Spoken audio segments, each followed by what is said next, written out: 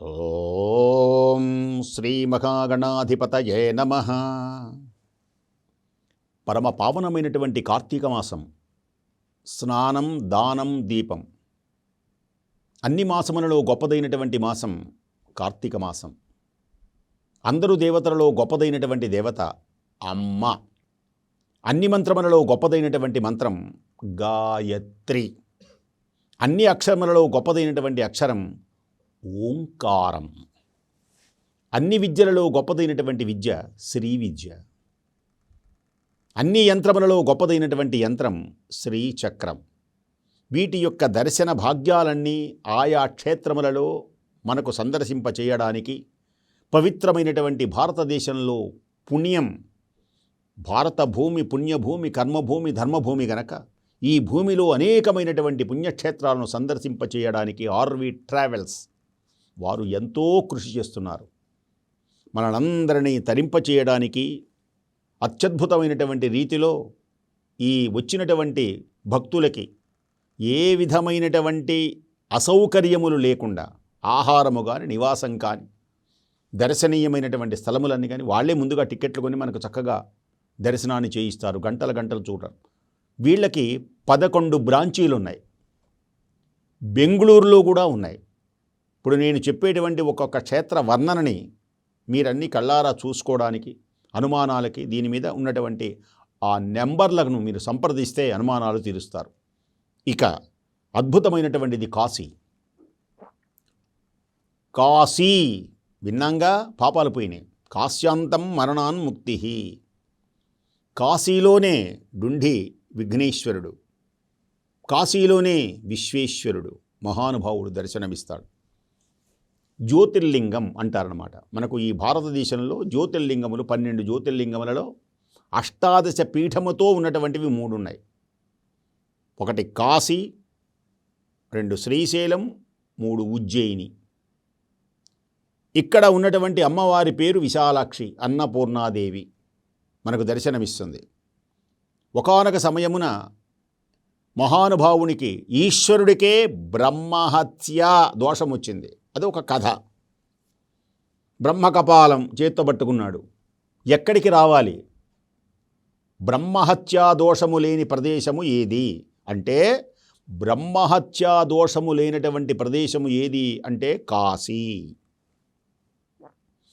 కాశీలోనే గంగ గొప్పతనం అంటుంటారు కదా ఎక్కువ. గంగ అంతటా ఉంది, చాలా చోట్ల ఉన్నది గంగా నది. కానీ కాశీలో గంగలో స్నానం చేయాలి అంటారు. దేనికంటే అక్కడ కాశీలో గంగ ఉత్తర దిశగా ప్రవహిస్తుంది. అది గొప్ప విశేషం. 64 ఘాట్లతో ఉంటుంది. వరుణా నసి అసి,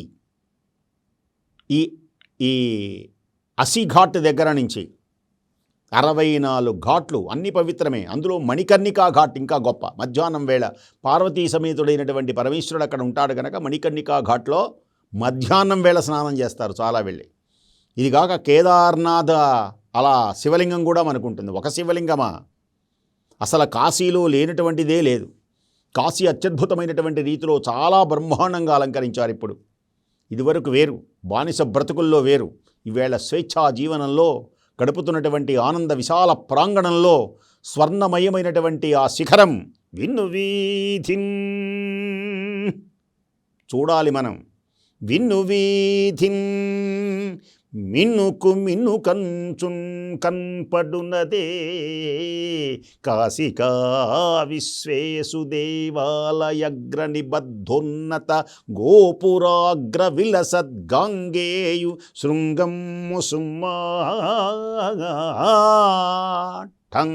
హర హర హర మహాదేవ. ఆ విశ్వేశ్వరుని యొక్క దివ్యమైనటువంటి శిఖరం మనకు ఆనందాన్ని కలిగిస్తుంది. అలాగే గంగ కూడా పిలుస్తుంటుందన్నమాట కెరటాలతో. హరిపాదోద్భవనౌట, విష్ణుమూర్తి యొక్క దివ్యమైనటువంటి పాదములలో ఉదయించినటువంటి దానను నేను. హరిపాదోద్భవనౌట నా జలమునందాప్లావముల్ చేసినన్ గురుపంకంబులడంగు మీ కనుచు ఆఘోషించడిన్ చూడు. ఆర్వి ట్రావెల్స్ వాళ్ళు, ఆ పిల్లలు ఆ యువకులు విసుగు లేకుండా మెల్లగా మనల్ని తీసుకొని వెళ్ళి స్నానం చేయించి విశ్వేశ్వర సందర్శనం చేయిస్తూ ఉంటే ఇక ఎందుకు మన జన్మ, ఆహా ఎంత గొప్పది, నా జన్మ తరించింది, అన్ని జన్మలలో మానవ జన్మ గొప్పది, మానవ జన్మలో ఇలాంటి దృశ్యం గొప్పది. ఒకానొక సమయమైన కాశీలో లోపాముద్ర అగస్త్యుల వారు పూజ చేశారు. ఆయన దక్షిణ భాగానికి వచ్చారు, అదొక కథ. వ్యాసుల వారి కోపం వచ్చిందట, భిక్ష దొరకల.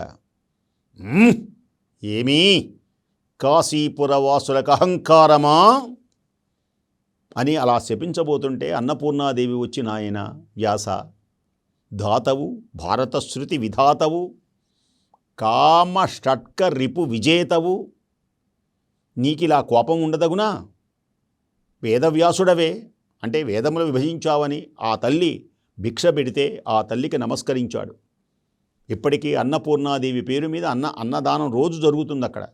అలాగే అన్నతో అభిషేకాలు జరుగుతాయి.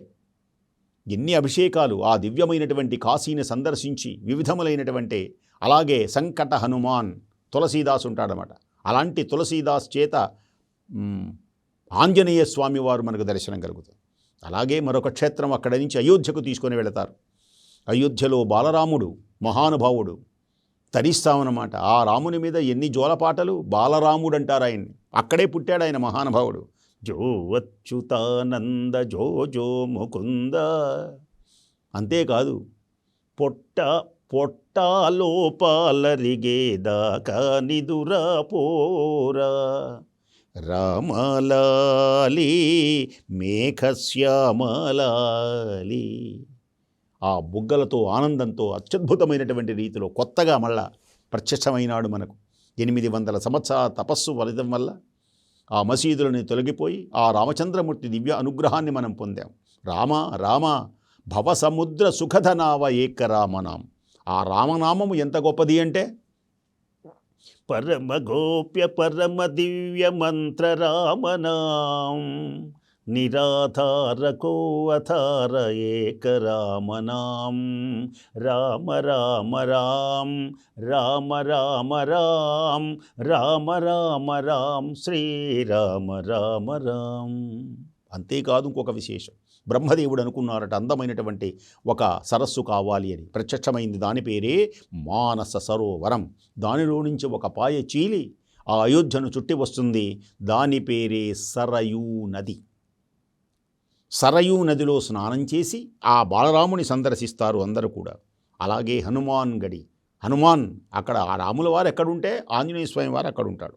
అలాగే అనేకమైనటువంటి అయోధ్య ప్రధాన ఆలయాలే కాక ఉప ఆలయములు కూడా అయోధ్యలో మనకు సందర్శింపచేస్తారు ఆర్వి ట్రావెల్స్ వారు.